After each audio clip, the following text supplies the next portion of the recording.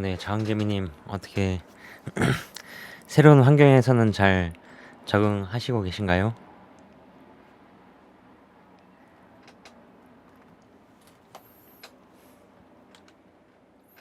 오늘도 야근하신 건가요?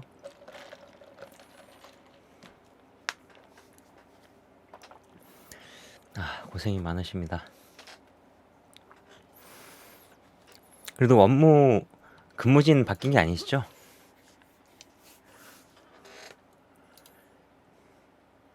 많이 멀리 가신 건가요? 그러면 오프라인 할 때, 집은 그대로시니까 이제 가까워지신 건가요? 멀어진 건가요? 집이랑?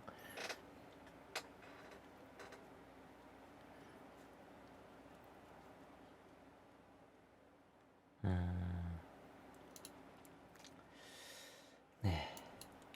빠르게 주식으로 금융 치료가 되길 바라겠습니다. 네. 오늘 수업은 이제 공시 관련해가지고 이제 그런 내용들, 기본적인 내용에 대해서 진행을 할 건데요.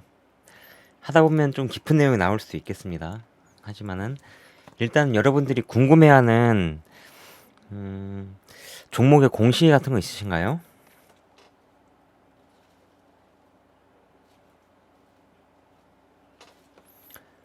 종목 공시.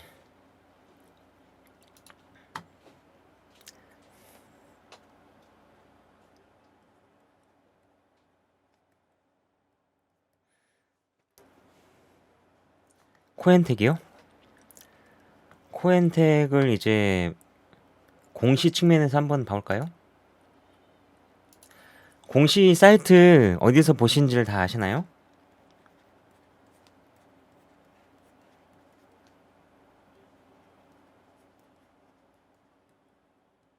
네, 다트를 한번 탐방을 해보겠습니다.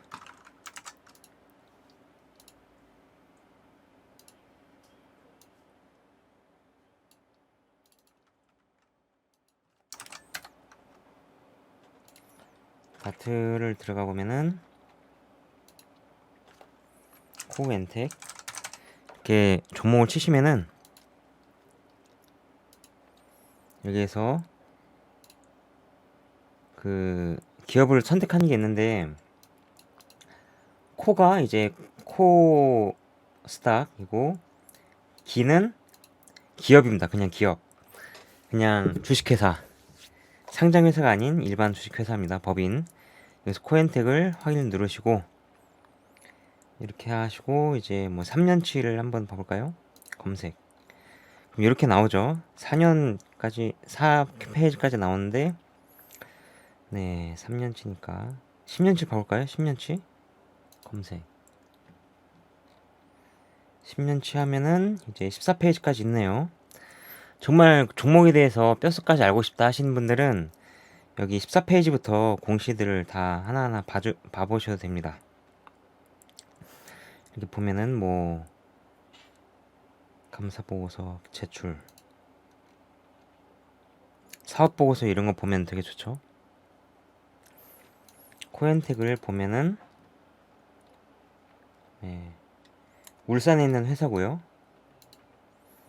대표이사는 이때 이민석 님이었고 신고 업무 담당이사는 이남보님. 상호가 예전에는 용신환경개발 연결회사가 용신환경개발이 있고 영농법인 법인 청량 이렇게 있고 다 울산에 있네요. 건설 폐기물 처리업 골재 생산 및 판매업이 있고 영농은 농업을 하고 있고요. 자산총액이 1조 4천억 587억 100만 원이네요. 100만 원이면은 100만, 1000만, 1억, 10억, 100, 141억 5억 8천만 원. 이렇게 해서 이런 걸 보면은 코엔텍 영어로 코엔텍 그리고 코엔텍 홈페이지 여기 들어가면은 많은 정보를 볼 수가 있겠죠. 이런 식으로 이런 기업 정보를 보시면 됩니다. 그리고 최근에 공시를 한번 봐볼게요. 분기보고서만 올라왔네요. 5월달에 이렇게 해가지고 보면은 신탁 계약 이건 자사주 매입인 것 같은데, 신탁 계약은 보통 자사주 매입입니다. SK증권한테 자기 주식 특정 금전 신탁을 통해서 100억어치의 주식을 매입하는 신탁을 했었죠. 그렇게 해서 100억 원 중에서 39억, 45억, 35억 이렇게 해가지고, 수량이네. 수량이고 32억, 37억, 30억 이렇게 해가지고 99억 8,526만 3,790원까지 이렇게 매수를 했다. 여기에서 99.85인데 0.15%는 수수료로 아마 나갔을 겁니다. 99억 8,500만 원이니까 1,500만 원 수수료로 받은 거라고 볼 수 있겠죠? 이렇게 해가지고 합산해서 100억 보유 상황에, 아무튼 자사주가 만, 10만, 100만, 1000만, 100억 9240만 3790원 어치가 있고 2.84%가 있다. 120만 5천주, 21만 4280주는 이제 기존에 갖고 있었던 거겠죠. 이렇게 해서 100억어치를 샀다, 코엔텍이. 그렇다면은 여기에서 이제 6월 31일, 7월 31일, 8월 10일 있잖아요. 여기에서 이제 자사주를 매입할 때 그러면은 코엔텍이 막 출렁거렸을까? 궁금해지죠. 이렇게 보고 이렇게 자사주를 취득했구나 하고 끝나면은 이제 조금 부족한 겁니다. 궁금한 게 있어야 돼요. 궁금한 게. 그러면 여기에서 월말 이렇게 해놓고 이제 6월 30일, 7월 31일, 8월 1일까지 해가지고 수량 이렇게 했죠. 수량 이렇게 했고 이렇게 돼 있으면은 평단가를 계산을 해볼 수 있겠죠. 평단가 계산. 자, 계산기를 꺼내시고요. 계산기가 어디 갔지? 여기 있다.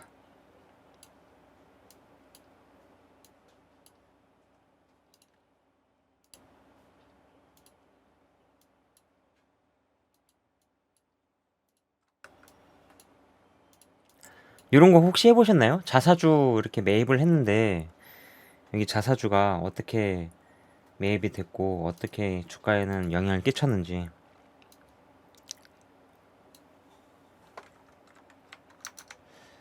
이런 자사주 보는 것도 굉장히 좋은 공부입니다. 이렇게 띄워놓고 계산기 이렇게 해놓고 9985263790 나누기 1205000 이렇게 하면은 자사주의 평단가는 8286원이다 이렇게 볼 수가 있겠죠. 6, 7, 8월 이렇게 했으니까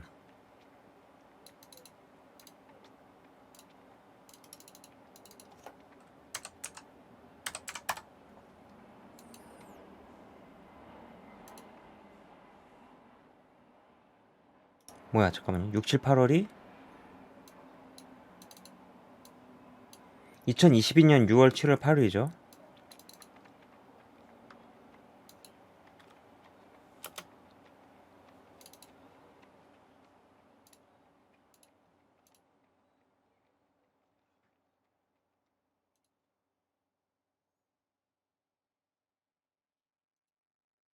(2022년) 6, 7, 8월 6, 7, 8월 8월 10일 정도까지 했죠.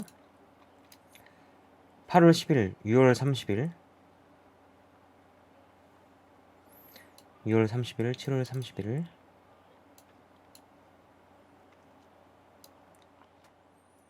6월 30일, 7월 31일, 와, 7월 29일까지인데? 잘못 봤나? 뭐죠 이거는? 22년 7월 31일?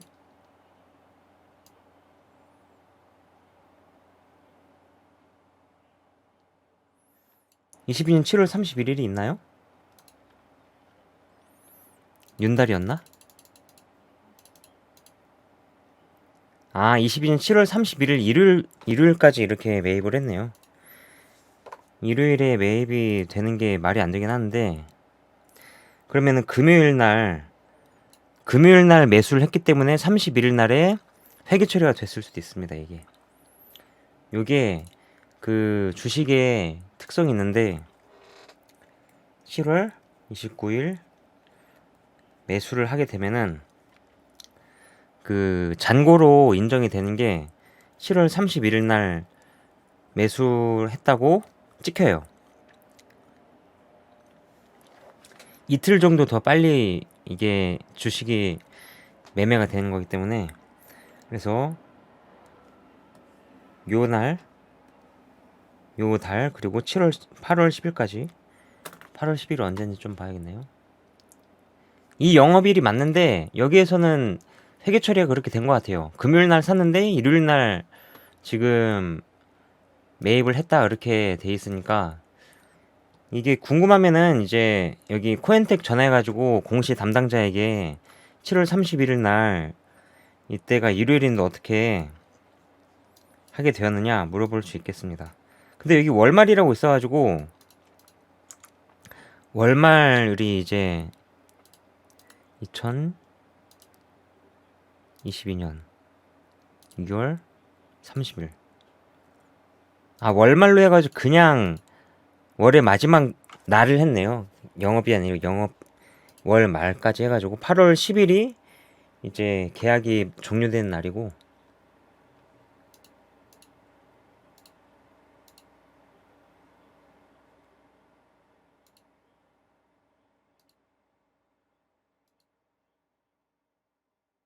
네, 그렇게 해서 100억어치를 샀다 이렇게 볼 수 있겠고요.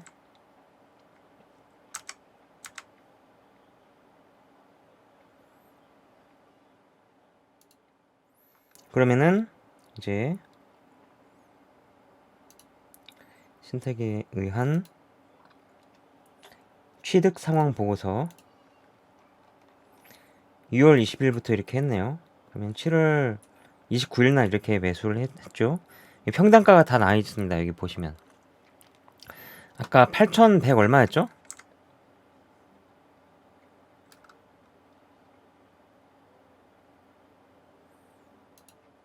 8,286원 8287 이렇게 딱 네요. 반올림 해가지고 8287 이렇게 해서 5만 주씩 이렇게 샀습니다. 보면은 옆에 이렇게 딱 놓고 볼게요. 차트를 보면은 이제 영업일과는 관계없이 그냥 산 날을 지금 특정해서 이렇게 써놓은 것 같거든요.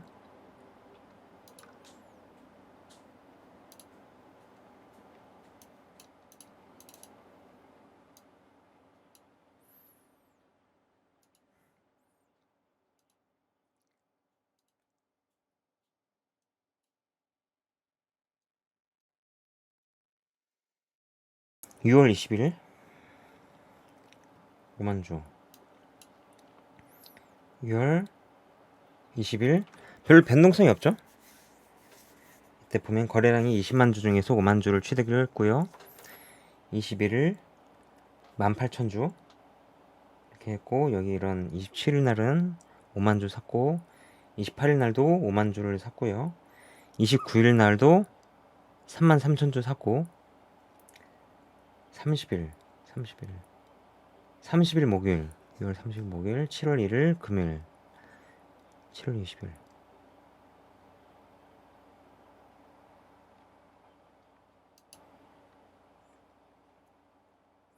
7월 1일 금요일 여기까지 산 다음에 너무 높아가지고 7월 20일 날부터 20일 날부터 다시 조줍했죠. 1월에 샀다가 20일부터 다시 하는 거.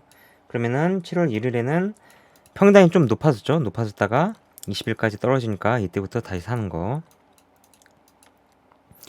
보면은 이제 SK증권에서 이거를 매입을 하는데 판단이 좋았죠. 여기까지 올라가니까 너무 높다고 생각을 했기 때문에 여기에서는 안 사고 팔지도 않고 이렇게 있다가 빠졌을 때 빠지고 올라오는 걸 보고 이때부터 다시 매입하는 거.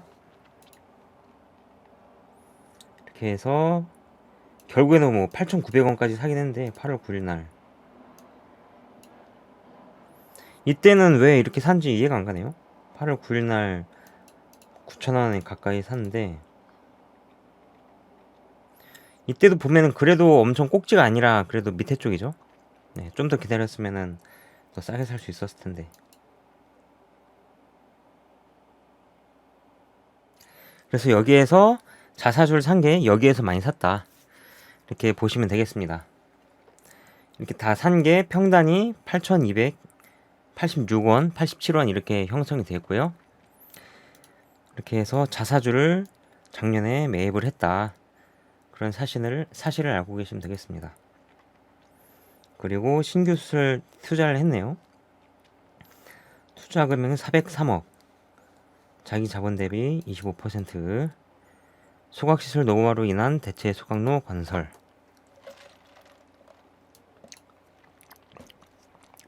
이거는 기존에 갖고 있는 게 감가상각이 다 됐기 때문에 이제 손실 처리를 했겠죠. 맞아 이렇게. 주주총회 의결권 대리 행사 권유 참고 서류 배당 결정. 시가 배당률이 6.3%를 배당을 한다. 배당금은 242억이고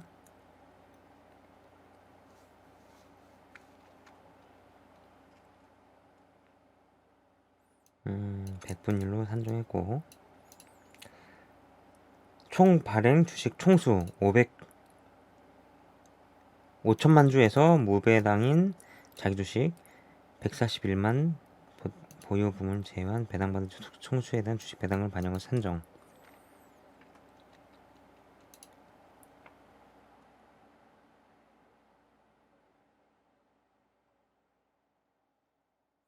일주당 배당을 500원씩 했네요. 네. 주당 500원이면은 요게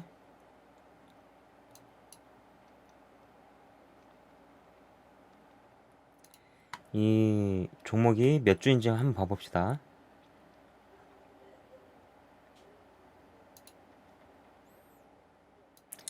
주식수가 딱 이게 5만이 아니라 5천만 주? 정확히 5천만 주 증자를 안 한 것 같아요. 5천만 주 딱 해가지고 그러면은 5천만 주 5천만 주 곱하기 500원이죠. 하면은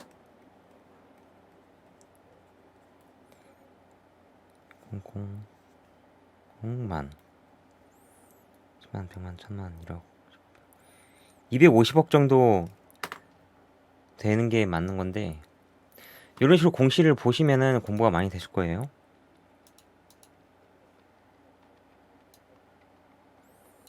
보면은 242억이라고 써있죠. 이 중에서 자사주 141만 주를 빼고 계산을 했기 때문에 242억 정도를 이제 배당을 했다. 시가 배당을 따지자면은 6.3%인데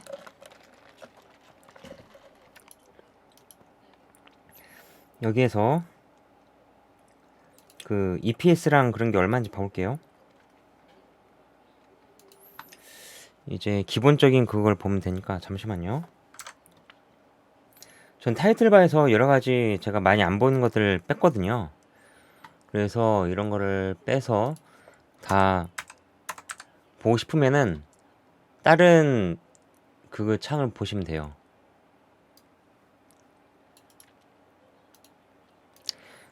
키움 종합 차트가 아니라 주식 종합 차트 같은 걸 이렇게 띄워 두시면은 이것도 제가 그걸 바꿨네요.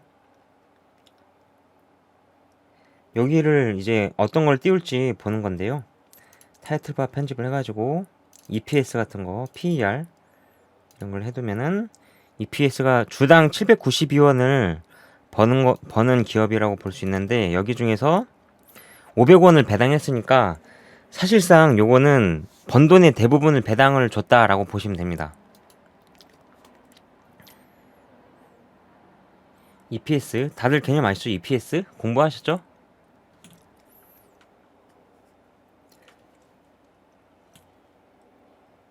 EPS 주당 수익 금액. 그러니까 이 기업은 1주당 622원을 벌고 있으니까, 그리고 주식수가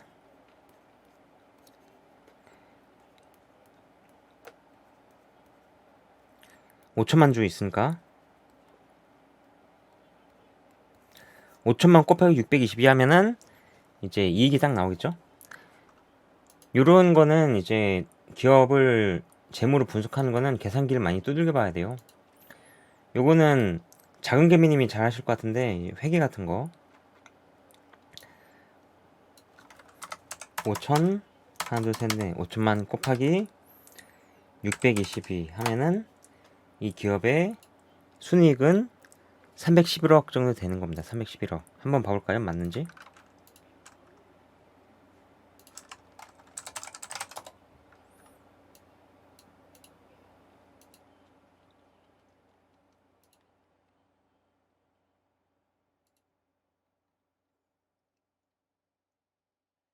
여기에서 이제 단위는 억 원이죠.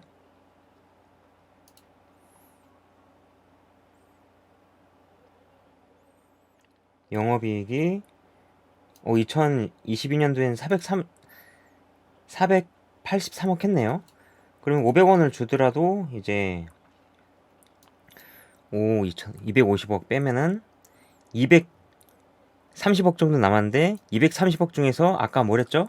투자를 했죠. 230억 남은 것 중에서 이제 신규 시설 투자를 해가지고 240억이 아니라 400억 잉여금 남은 거랑 이거저거 해가지고 403억을 투자를 했죠. 그러니까 코엔텍은 그냥 그냥 포멀하게 이런 폐기물이랑 농업 사업을 하는 그런 회사라고 보시면 됩니다. 이렇게 해서 배당 결정이 이제 기재 정정이 돼 있으니까, 자, 이게 원본이 어디인지 좀 다시 봐봐야겠는데, 정정 전에도 있거든요. 2월 20일 날 있는데 500원인데 바뀐 게 6.3%. 500원인데 6.3%. 아, 정정 전에는 배당급 지급 예정일자가 바뀐 거네요. 4월 7일로 바뀌었군요.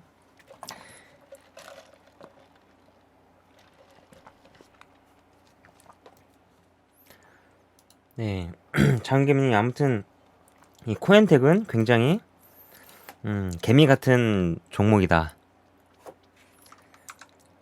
이 정도 분석해드리면은 어느 정도 이제 되시겠나요? 괜찮으세요?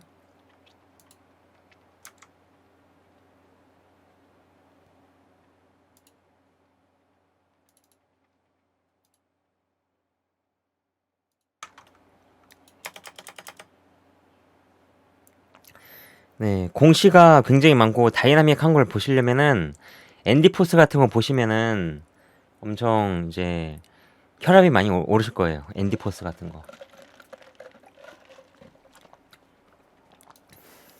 하는 게 그냥 폐기물 사업인데, 이때 굉장히 주식 붐이 일어나면서 2019년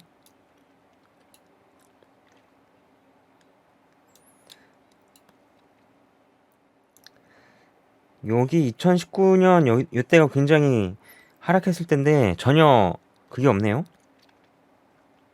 DB 없네요. DB.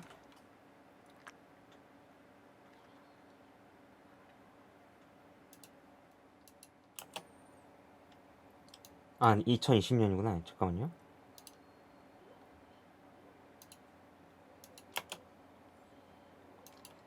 네, 굉장히 이때 엄청나게 오르는 그게 있었어요. 이게 왜 올랐는지 조금 이해가 안 가는데 엄청나게 탄탄한 기업은 확실하죠. 이렇게 해서 사실상 이 추세대가 이렇게 올라가는데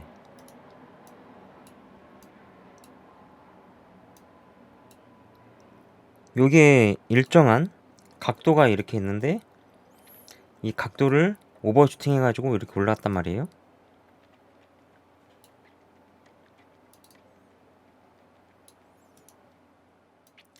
이런 식으로 오버슈팅이 됐는데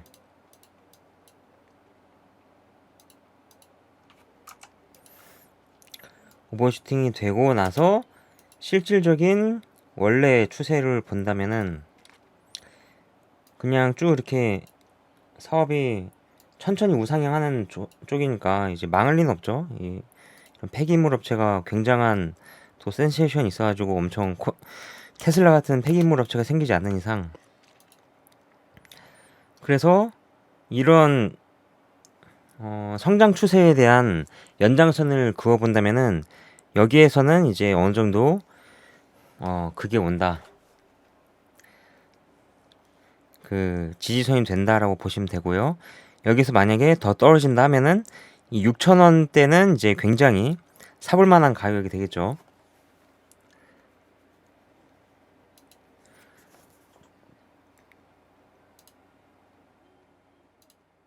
그래서 일봉상 보더라도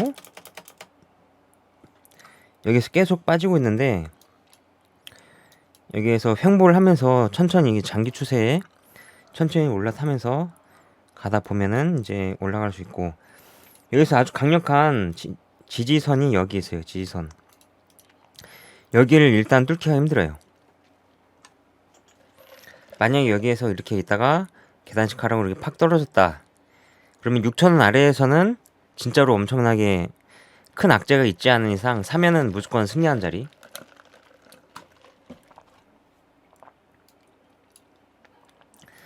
자, 중간에 또 궁금한 거 있으면은 장은겸님처럼 질문해 주시고요. 이제 종목 공시 수업을 시작하겠습니다. 네, 종목 공시에는 첫 번째로 무상증자에 대해서 배워보겠습니다. 무상증자는 한번 쭉 이론상 읽어드릴게요. 증자란 말 그대로 기업이 자본금을 늘리는 일을 말합니다. 증자 방식은 크게 유상증자와 무상증자로 나눌 수가 있는데 유상증자란 기업이 자본금을 늘리기 위해서 새로 주식을 발행해서 기존 주주나 새 주주, 신주에게 돈을 받고 파는 형태를 뜻합니다. 이건 무상증자이기 때문에 공짜로 준다는 말이죠.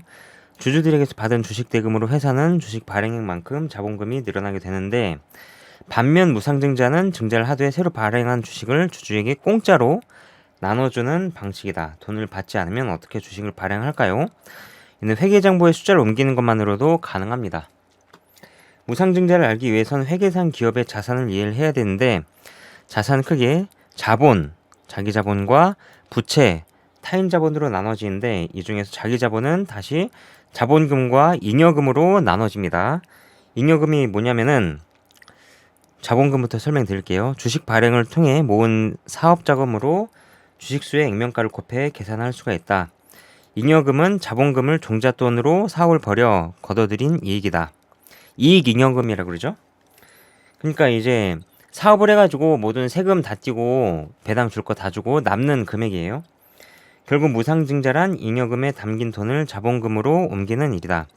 잉여금에 담긴 돈을 일부 꺼내서 그만큼 주식을 발행한 뒤 기존 주주들이 가진 지분에 비례해서 주식을 나눠주면 잉여금은 줄어들고 자본금이 늘어나게 됩니다. 당연히 자기 자본의 총액은 변함이 없습니다. 유상증자처럼 외부의 돈을 끌어와 자본금을 불리는 것이 아니기 때문입니다.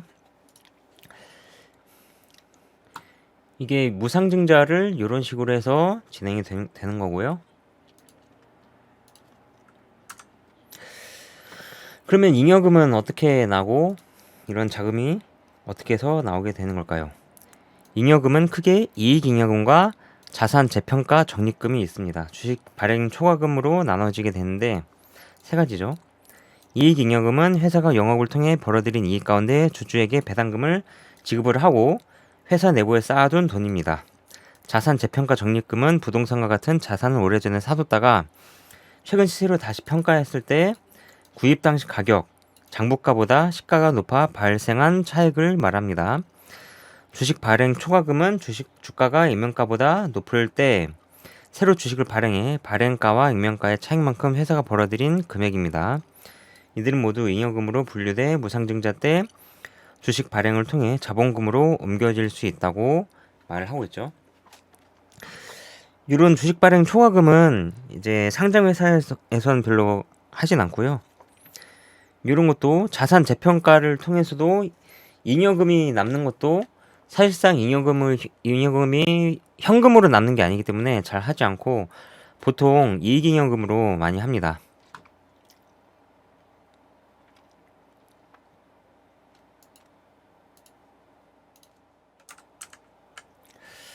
자, 무상증자를 하게 되면은 어떤 효과가 있는지 봐보겠습니다. 무상증자를 하면 자본금과 발행 주식 수는 늘어나지만 회사의 자산 크기 자체는 변화가 없습니다. 한 주머니에서 다른 주머니로 돈을 옮기는 것일 뿐이고 회사가 가진 돈 자체가 늘어나는 것은 아니기 때문에 이제 재무상 변화가 전혀 없고요. 그렇다면 회사는 왜 무상증자를 하는 것일까요? 가장 큰 목적은 인기 관리가 있습니다. 회사의 주가의 관리를 위해서인데 주식이 공짜를 주식을 나눠주면 보유 주식수가 늘어나게 되는 주주들에게는 당연히 좋은 일이라고 하는데 좋지도 않고 안 좋지도 않습니다. 사실상. 따라서 증시에서 이 회사의 주식의 인기가 높아진다. 또한 무상증자를 한다는 것은 그만큼 회사의 내부 잉여금이 많다는 뜻으로 해석되기 때문에 시장에서는 해당 기업의 재무구조가 건전하다는 신호로 받아들일 수가 있다라고 합니다. 어느 쪽이든 이 회사의 주가는 상승 곡선을 그리게 되는데 이 때문에 무상증자는 주식시장에서는 단기 주가 상승을 부르는 호재로 인식되는 것이 일반적이라고 하고요. 하지만 공짜 점심이 없는 법처럼 전장이나 다름없는 증시에서 100% 호재란 없는 법인데 왜냐면은 일부 소규모 기업은 무상증자를 투기 목적으로 악용하는 경우도 있기 때문입니다. 무상증자를 발표하기 전에 주식을 미리 매집해 놓은 뒤 증자 발표 직후 주가 상승분만큼 매매 차익을 챙기는 수법이 있는데 요거 하면은 금감원 끌려갑니다. 마찬가지로 작전 세력도 주가 하강 국면에서 투자자들의 기대 심리를 악용해 무상증자 썰을 퍼뜨려 특정 종목의 주가를 띄우는 경우도 있습니다. 썰 퍼뜨리는 거 있죠. 예를 들어서 이제 조회 공시 이런 게 나올 때도 있고, 즉 재무 상태가 건전한 기업이 무상증자를 실시한다는 통념을 이용하기 위해 그렇지 못한 기업들도 무상증자에 편승한 경우가 있는 만큼 무상증자는 주가 상승으로 생각해서는 안 되고요. 어떤 경우에도 기업의 재무제표 분석이 주식 투자의 왕도라는 점을 유념을 해야 됩니다. 이게 증자를 하게 되면은 이제 이게 주가가 뜨잖아요. 뜨는 이유가 예전에도 말씀을 드렸지만은 증자 이벤트가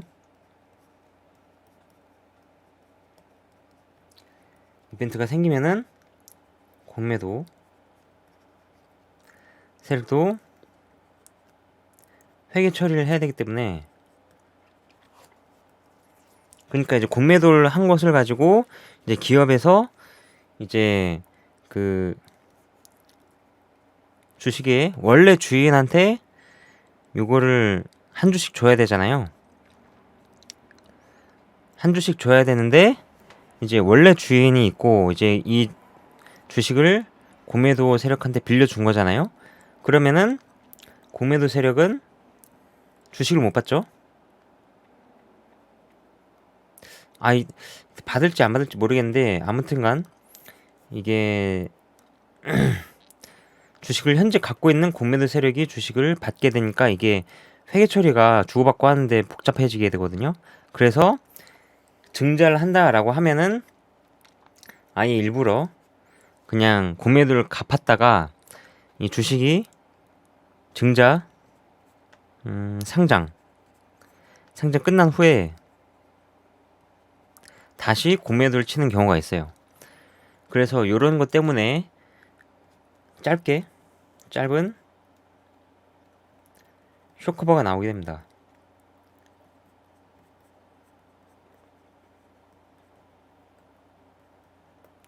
그렇기 때문에 이제 무상증자를 하게 되면은 올라간다.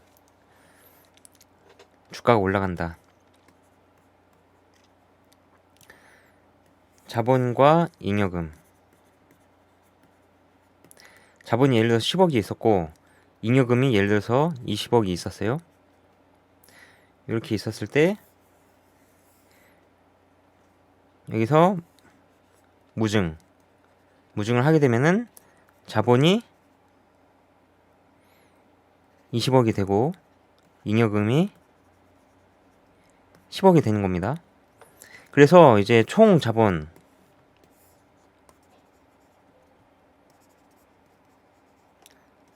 30억으로 똑같죠. 잘 안 보이니까 차트로 좀 가려서 좀 보이게 해볼까요?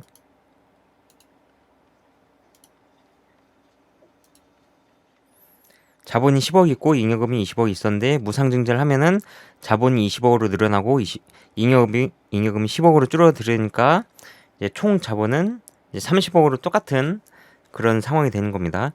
그리고 시가총액이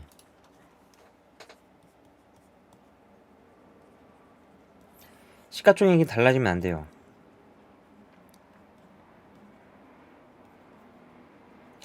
시가총액을 그대로 가져가려고 하면은 어떻게 해야 될까요? 그러면은 어떻게 되면은 주가를 증자 비율만큼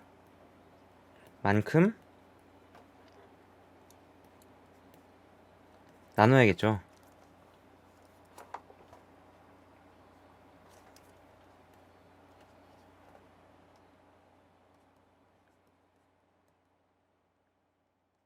만약에 10,000원짜리 종목이 무증을 하게 되면은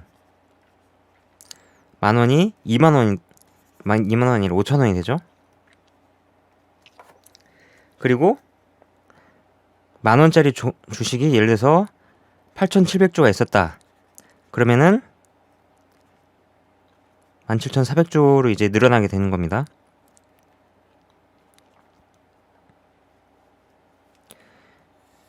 그래서 이제 배당한 것도 똑같아요. 배당률도 시가배당으로 하기 때문에 여기서 배당률이 예를 들어서 3%다라고 하면은 이제 시가배당을 하면은 똑같은 3%면은 줄어들게 되겠네요.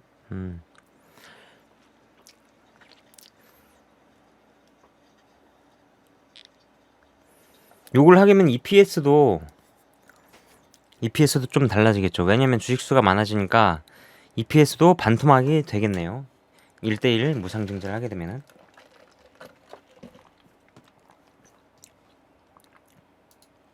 주당 순이익도 바뀌게 되고 여러 가지가 많이 바뀌게 됩니다. 네, 무상증자는 여기까지 하고요. 그러면 실질적으로 무상증자를 하면은 우리 개미 투자자 이런 트레이더 입장에서는 어떤 게 달라지느냐? 자, 무상증자의 실질적 효과는 자, 액면 분할 없이 주가를 낮출 수가 있다. 예를 들어서 그럴 일은 별로 없겠지만은 자, 메디톡스 같은 종목이 있어요. 보면은 22만 5천원이잖아요. 그리고 주식수가 1000만, 10만, 100만, 729만 주인데 예를 들어서 이게 무상증자를 했어요. 그러면은 요게 한 주당 얼마가 되는 거죠?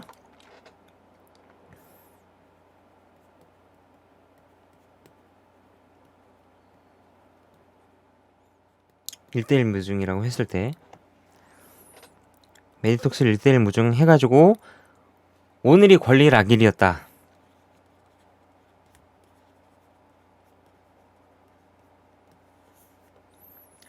이었다라고 하면은 오늘이 22만 5,500원이잖아요.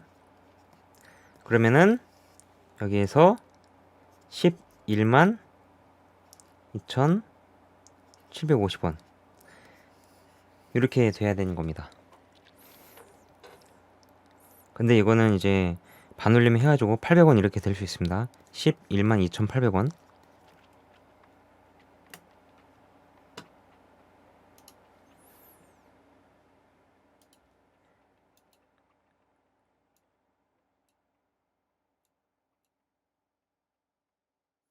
이 보면은 이제 숫자가 좀 이상하죠? 95413.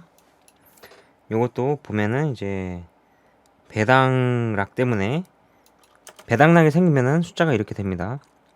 배당락, 권리락 이렇게 왔다 갔다 하면은 주가가 계속 왔다 갔다 해요.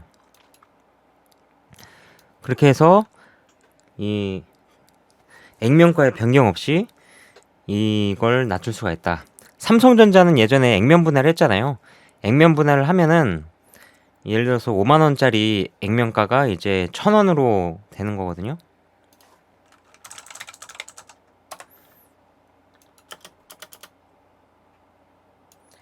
액면 분할 98 이렇게 했죠. 이게 50분의 1로 한 건데 여기에서 타이틀바에서 액면가를 보면은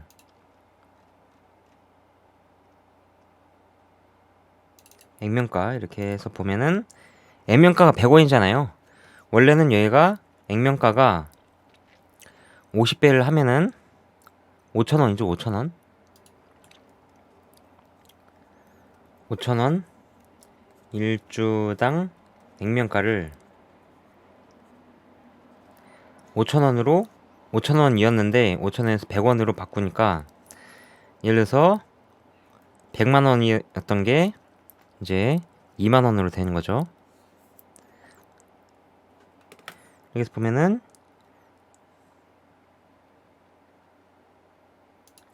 이때가 액면분할 이때에 있었는데 이때가 막 250만 원 할 때였잖아요. 250만 원 할 때 액면분할을 하고 내려갔다가 여기에서 10만 원 간다고 하면은 이제 삼성전자가 1주당 액면가가 5,000원이라고 하면은 이 500만 원 거의 찍은 거예요. 500만 원.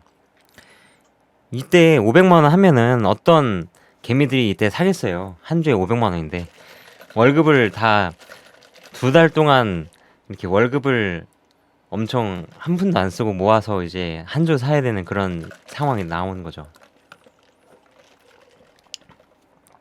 그래서 이때 50대 1로 액면 분할을 해가지고 이렇게 만들었고, 왜 삼성전자는 액면 분할을 할 수밖에 없었느냐, 왜 무상증자를 못했느냐 하면은 주식수가 굉장히 많죠.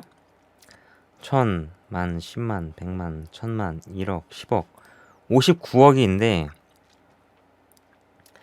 이제 주식수가 60억 정도 있단 말이에요.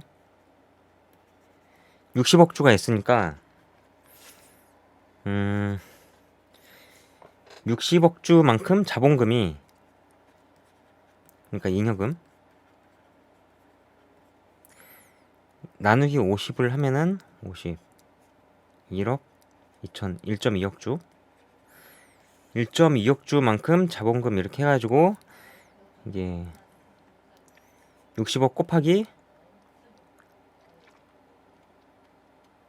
현재가가 얼마지? 7만원? 7만 곱하기 60억을 하면은 그 정도의 잉여금이 있어야 그걸 할 수 있어요. 무상증자 60억 주 곱하기 7만원으로 해볼게요.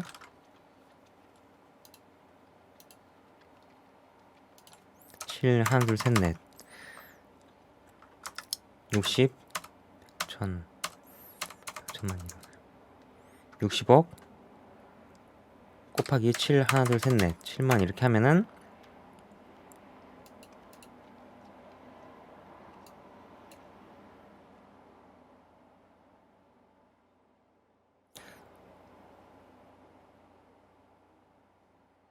네, 여기 420조만큼 시가총액 420조죠.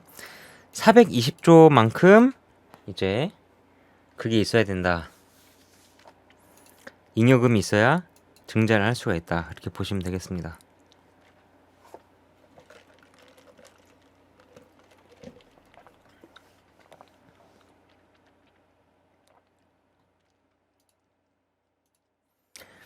요런 것 때문에 이제 삼성전자가 증자를 못한다.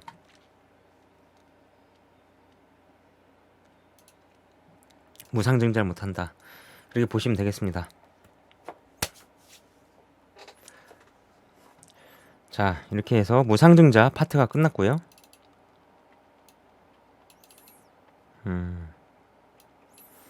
무상증자 했었을 때 생겼던 케이스를 한번 봐볼까요? 그 케이스를 보려면은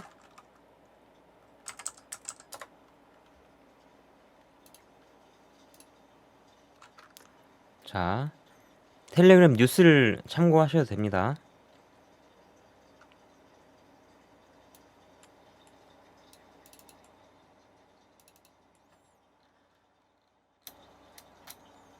굉장히 많은데 여기에서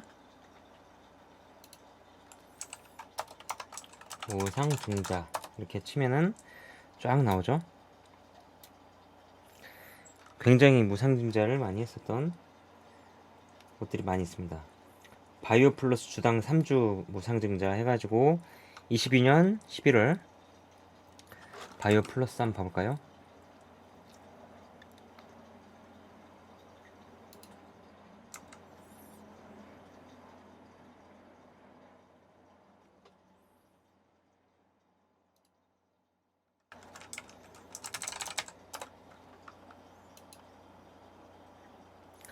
이때 보시면은 엄청 난리가 났죠?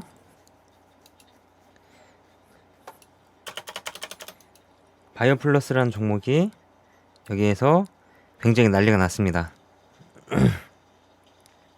요거 왜 그럴까요?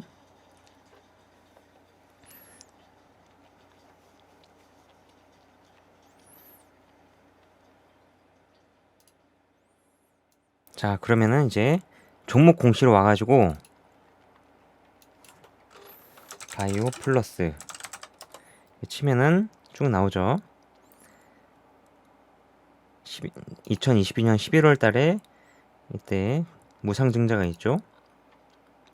주권 매매 거래 정지 해가지고 무상증자 결정 11월 9일 날 이렇게 됐습니다.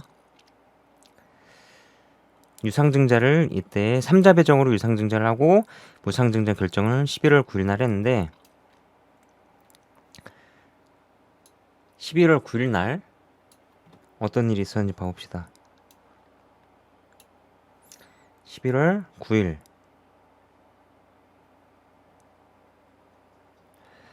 이때 빠지면서 엄청 이렇게 이상한 짓을 했네요.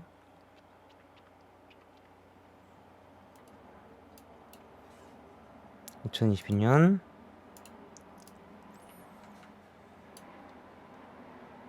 10월 6일 날에 결정이 됐죠.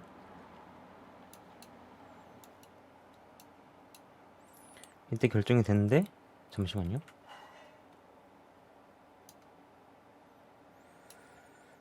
(11월 9일) 날 이상하게 이때 결정이 되고 엄청나게 빠졌네요. 희한하죠?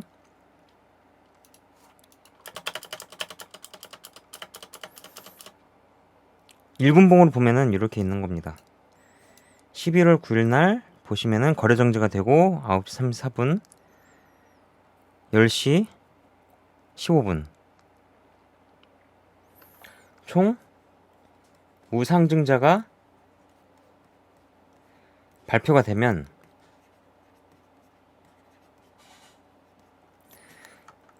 보통 30분에서 뭐 1시간 정도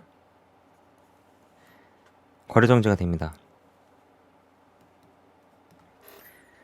근데 여기는 45분 정지가 됐네요.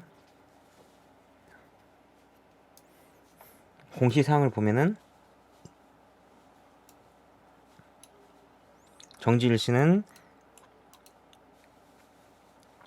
09시 35분 있고 만료일시는 매매 거래 정지 시점부터 30분 경과 시점까지인데 30분 경과가 되려면은 10시 5분에 시작이 됐어야 되는데 10시 5분이 아니라 10시 16분에 15분에 시작이 됐죠. 10분 더 해가지고 이렇게 해서 네 여기는 45분 동안 정지가 되고 이제 거래가 재개되었다.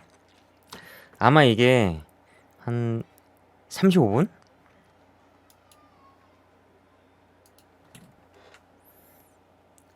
35분 거래 정지가 되고 30분까지니까 9시 아니 10시 05분에 동시호가가 들어갔을 거예요. 동시호가 들어가면은 호가 3개가 보이는 게 막 위아래로 막 왔다 갔다 하죠. 그렇게 있다가 10분 동안 동시호가를 한 다음에 이제 결정된 가격에서 이제 여기서 제기가 되는 거죠. 그렇게 해서 이제 거래제가 됐다가 이제 권리락일이 있는데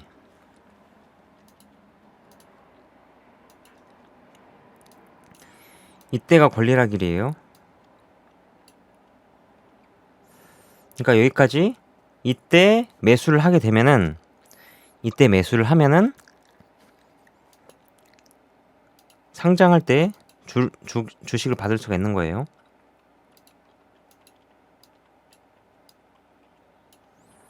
무상증자 여기 딱 있죠. 이때 사면은 이때 받을 수가 있다. 무상증자에 그게 뭐냐면은 이때 사신 분들은 예를 들어서 이때 산 사람들은 이때 주식이 들어오는 거예요.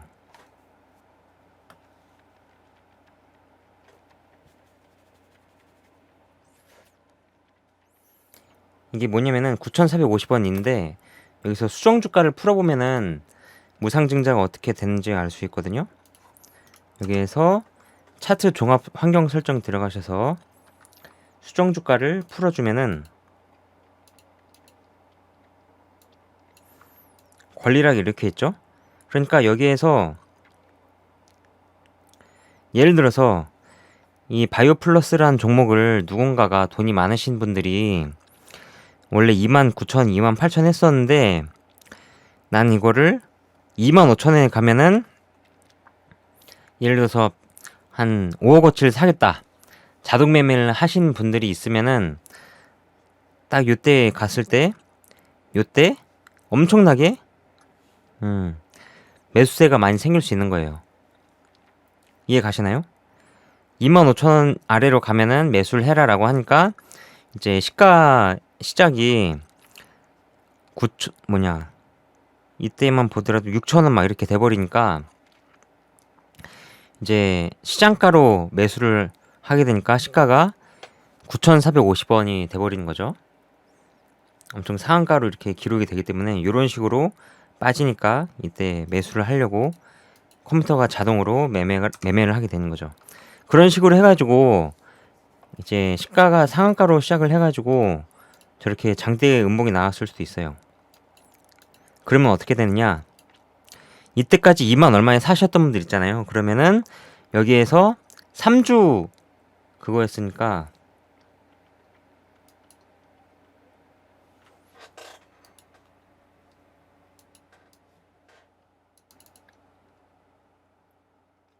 주당 3주죠. 3주가 되니까 이제 액면가가 500원.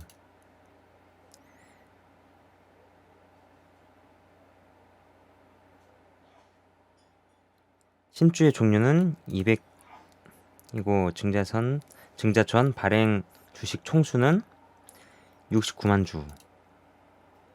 144만 주 중에서 신주는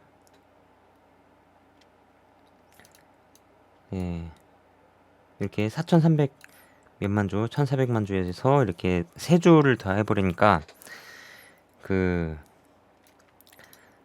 나누기 4를 하면 되는 거죠.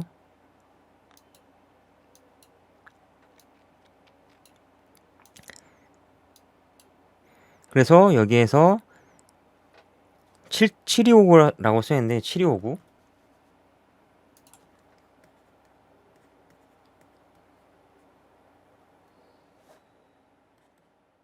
곱하기 3을 하면은 22,000 얼마였잖아요. 그래서 증자 전에도 보면은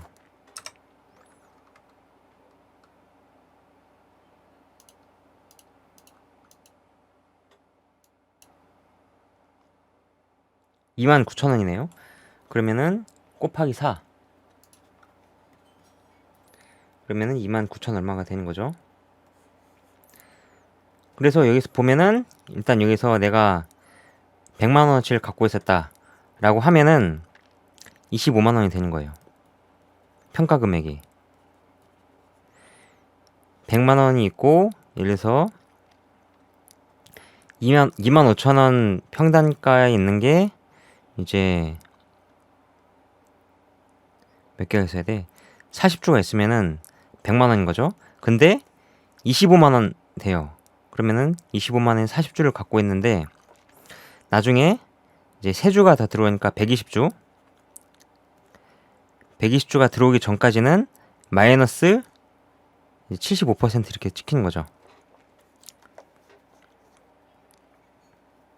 이해 가시나요?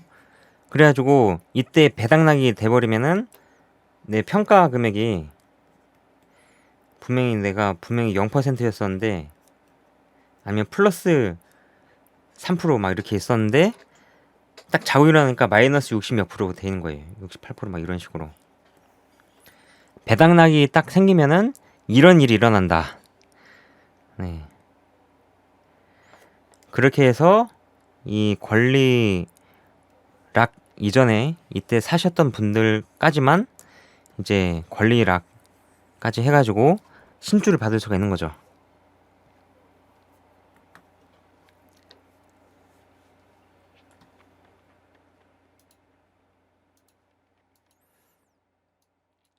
그래서 이때 무상증자 상장일 여기부터 해가지고 무상증자 상장일 여기 있죠. 이때 아까 그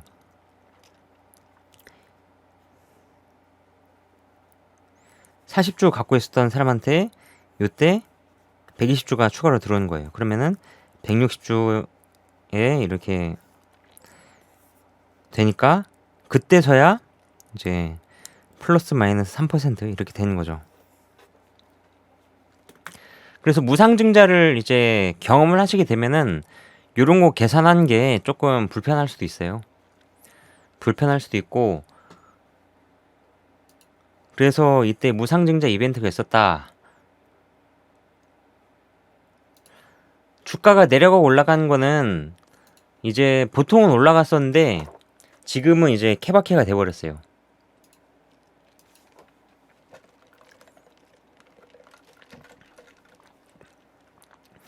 무증이 가장 많은 게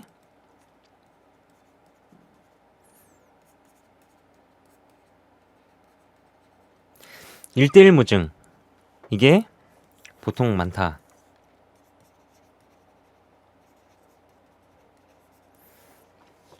요런 게 많고, 그 0.3주 무증이 있고, 이런 식으로 0.5주 무증, 0.2주 무증, 요런 거 하는 애들은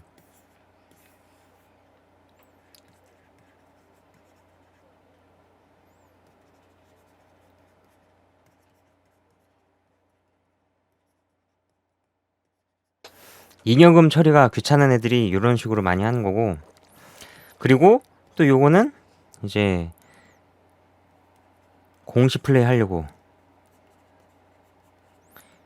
공시 중에서 무상증자 이런 키워드만 보고 달려드는 개미들이 있거든요.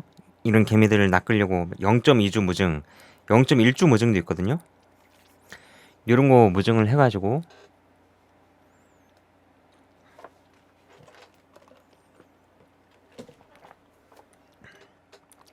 공매도를 상환한 거는 얘네들 이제 우리가 이런 무증을 할 때 이런 거 뭐지? 계산한 게 복잡하잖아요. 그래가지고 귀찮다.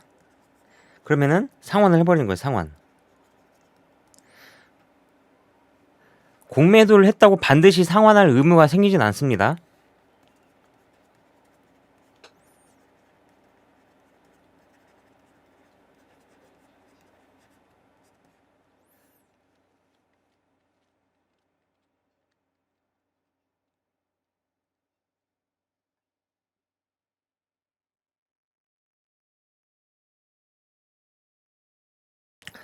반드시 상환할 필요는 없는데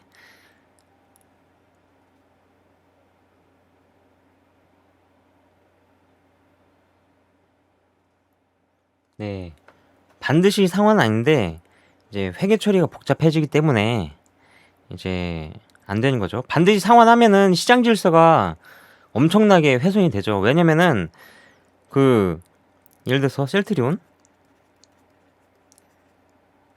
공매도 죽이기 어떻게 하느냐? 무증 0.1주 공매도한테 0.1주 공격을 하면 되는 거죠.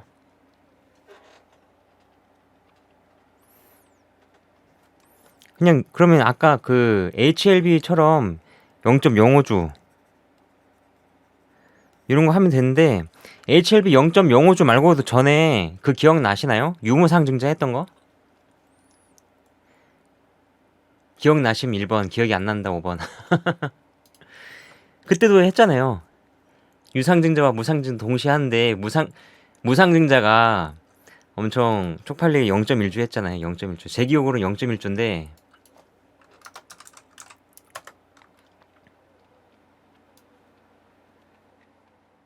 그래가지고 얘네들이 왜 이런 짓을 했지? 막 그런 생각이 좀 많이 들었었거든요. 언제였더라?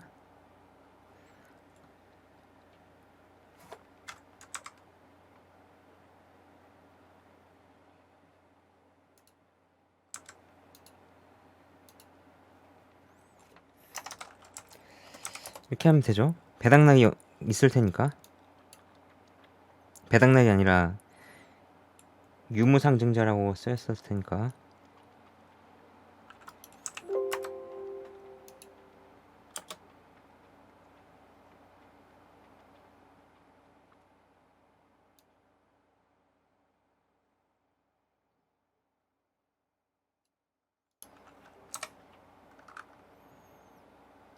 주가가 좀 이상하죠? 진짜 이때 기억이 새록새록 납니다. 진짜.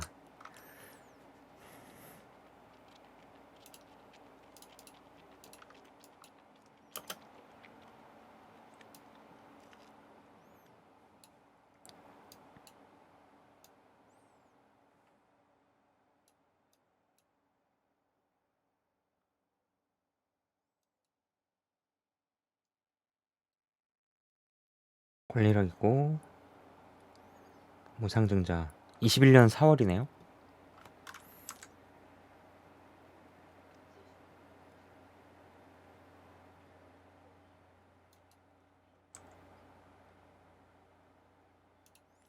HLB고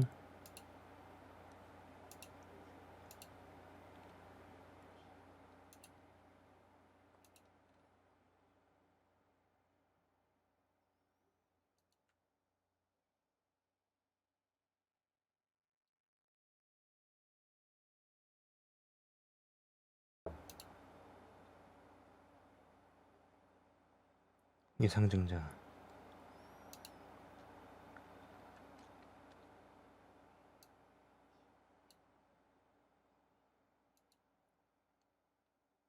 무증 공시가 없네요? 왜 없지?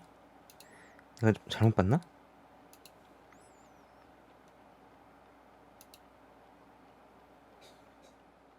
여기 있다. 무상증자 21년 2월 16일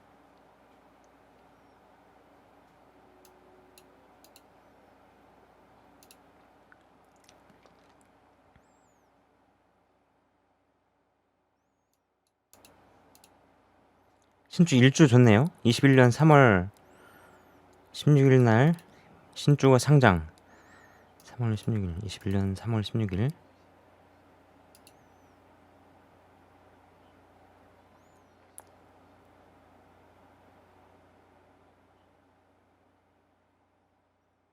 3월 15일 날 권리락이 있었고 이때 상장했고 이때는 뭐 별로 이런 이벤트가 없었죠. 요때 20년 3월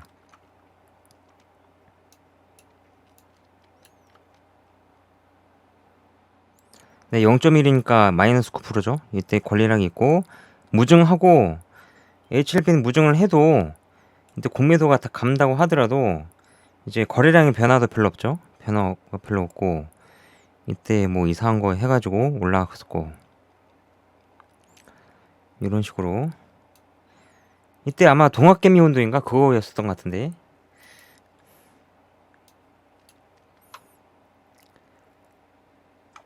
이렇게 해서 이제 결과적으로 보면은 뭐 이렇게 해서 공매도가 없어진다 한들 결국에는 이제 빠지잖아요. 2021년 4월 그때가 1대1이면은 제대로 한 건데 이때 무증을 하고 나서 제대로 하고 나서 쭉 이렇게 올려주고 여기서 다시 한번 털고 여기서 이런 식으로 이렇게 있고 네 아무튼 그런 식으로 이렇게 해도 주가에는 크게 뭐 그런 게 없다. 무증을 하고 나서 이때 보면은 70% 올랐는데 뭐 이제 HLB한테 70%는 뭐 그냥 그저 그렇죠. 이 동학개미들은 전고점을 여기 역사적 고점을 돌파하는 9만 원을 바라보고 있는데 요거는 전혀 성이 안 차죠. 6만 원은. 그렇다면은 그 말이 맞다면은 자 한번 입증을 해봅시다. 공매도는 어디서 보죠? 이때 제대로 했으니까 21년 3월 달쯤에 굉장히 많이 상환을 해야 되거든요.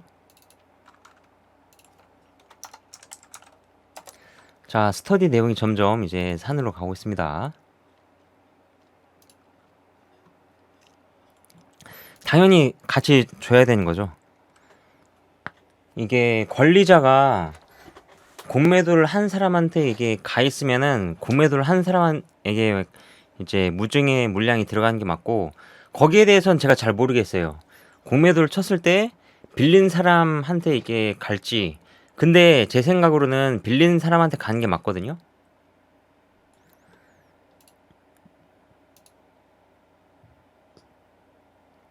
조회 기간을 2021년 4월 23일부터 2021년 5월 정도까지 봐볼게요. 5월 24일까지.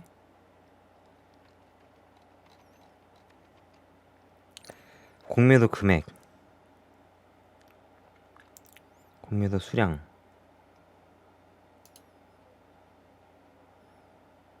(3월 23일)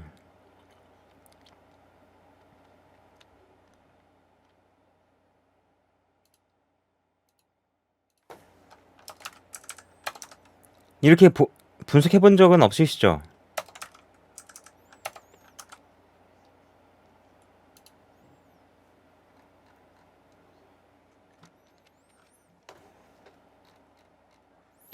자, 21년 4월달. 잠깐만요. 뭔 일이야 이거? 갑자기 나스닥이 갑자기 무너지고 있는데요? 희한하네. 와, 나스닥이 갑자기 좋지 않습니다. 지금 미장이 좀 심상치가 않네요.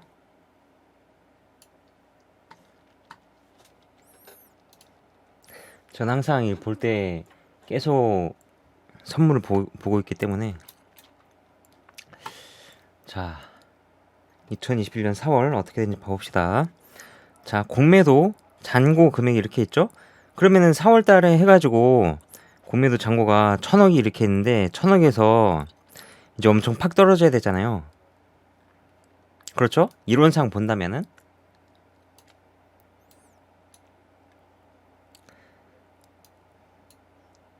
그때 이 발표를 권리락이 이렇게 있으니까 적어도 요 사이에는 상환을 해야 된단 말이에요. 3월 15일 전후로 해가지고 3월 15일부터 4월 1일까지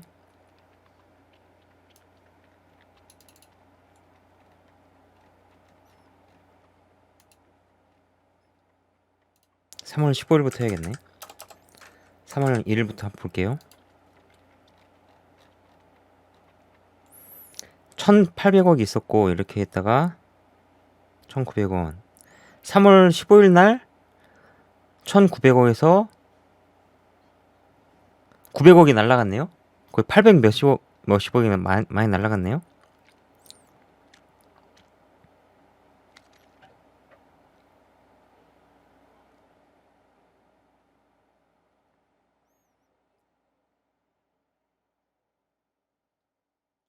근데 보면은 이 시총도 다 같이 날라갔잖아요. 자, 시총이 날라갔잖아요. 그런데 비중이 있잖아요. 비중이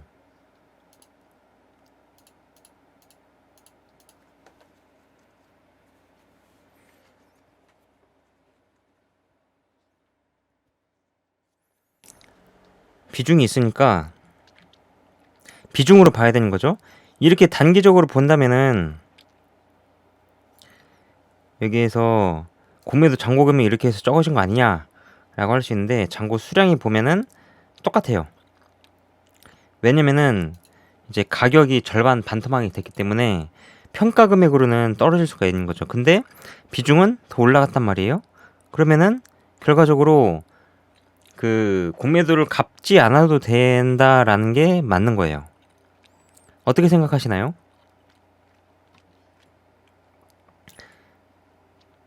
이렇게 해서 4월 1일까지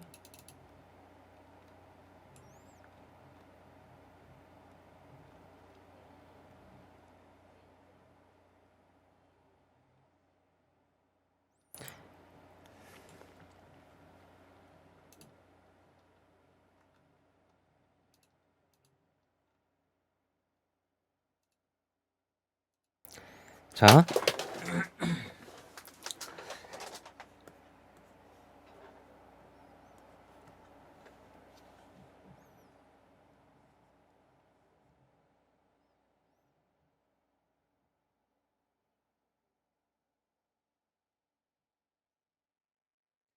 (4.61%) 에서 결국에는 4.57로 갔죠. 근데 중간에는 4.89까지 이렇게 올라갔었던 때가 있단 말이에요. 그리고 웃긴 건 이때 갑자기 공매도 비중이 갑자기 7%까지 올라간 적이 있었어요. 이건 좀 의외네. 30일 날에 7%까지 올라갔다가 갑자기 7%까지 올라갔다가 4.5%가 되었다. 네, 결국에는 1대1 무정을 해도 공매도를 안 갚아도 되는 거로, 공매도는 상환 의무는 없다. 상환 의무는 없지만은 이렇게 계좌 갈아타기 하는 공매도 세력도 있을 수 있다.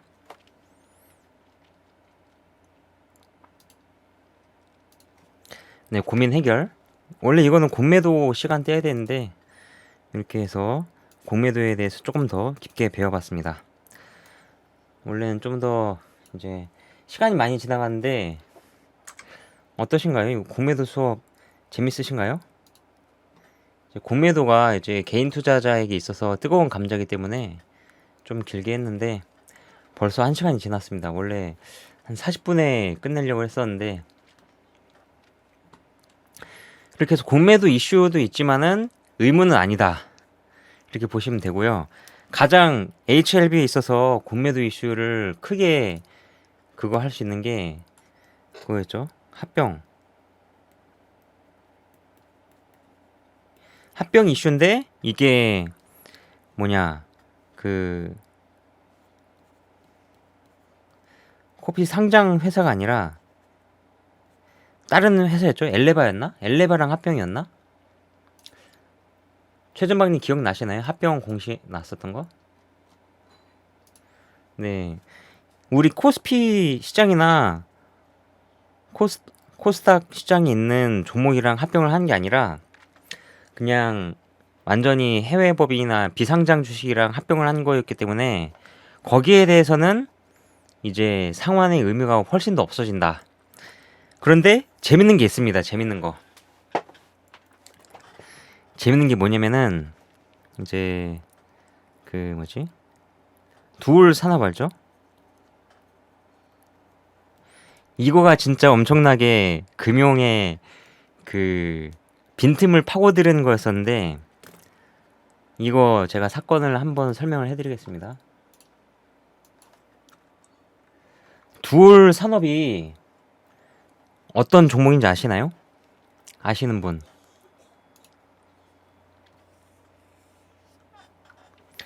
두울 산업이 OQP로 회사명을 바꿨어요. 바꿨는데 여기가 의견 거절이 나왔어요. 그래가지고 여기에다 공매도 많이 쳐져 있었죠. 공매도 많이 쳐져 있었고 그리고 공매도가 많이 쳐져 있는 상태에서 의견 거절이 된 상태에서 이제 회사를 분할해 버렸어요. 회사를 분할해 가지고 여기에서 OQP에서 회사를 분할을 해 가지고 OQP는 그냥 그대로 있고 여기에서는 예를 들어서 10%만 남겨놓고 90%를 이제 두울 물산 홀딩스가 된 거예요. 그래서 OQP 공매도 예를 들어서 그 1,000억을 쳤다. 그렇게 하면은 이 거래 정지가 돼 있잖아요. 거래 정지가 돼 있는 OQP한테는 100억만 갚으면 되고 그리고 KOTC에 두울 물산 홀딩스가 있는데 얘한테는 이제 900억을 갚으면 돼요. 900억을 갚으면 되는데 두울물산 홀딩스가 그 얼마더라? 이게 잠깐만요.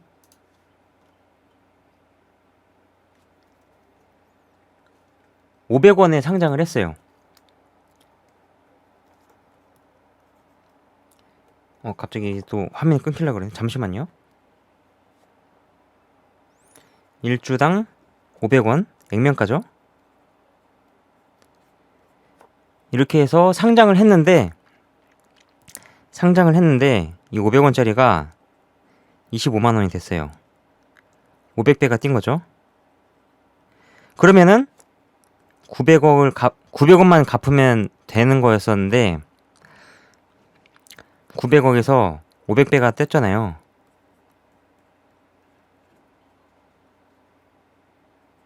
그러니까 45조를 갚아야 되는 상황이 됐어요. 45조 100억 플러스 100억 요런 상황이 펼쳐져 가지고 이제 공매도 친 세력이 파산했다고 합니다. 네. 요런 식으로 공매도를 비곁을 매기는 경우도 있다. 이 KOTC가 거래량이 별로 없으니까 이제 갚고 싶어도 갚을 수가 없어요, 이게.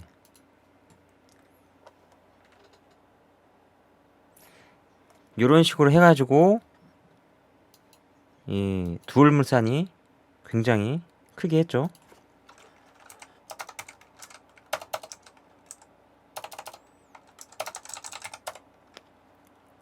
그래서 카나리아 바이오가 요런 식으로 있다가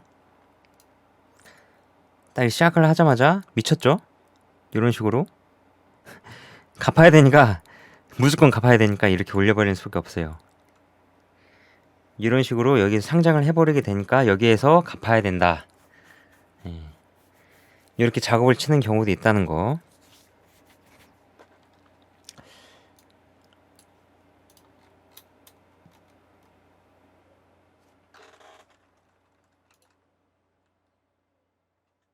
네, 요거는 이제 그 좀 스토리를 많이 정리를 해야 되는데 아무튼 그냥 보시면은 이런 식으로 이제 두울물산 홀딩스가 카나리아 바이오랑 합병을 하게 되면서 이 상장을 우회 상장을 하게 돼서 여기에서 이제 공매도 세력들은 갚았어야 했다.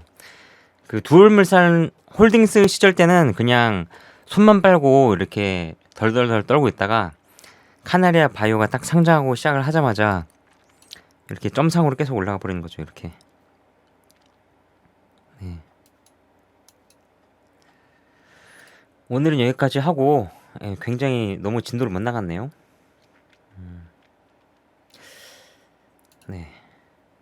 무상증자를 하다 보니 공매도 이야기가 빠졌고 이렇게 해서 공매도 이야기가 여기까지 오게 되었습니다. 어떻게 오늘 시간 좀 유익했나요?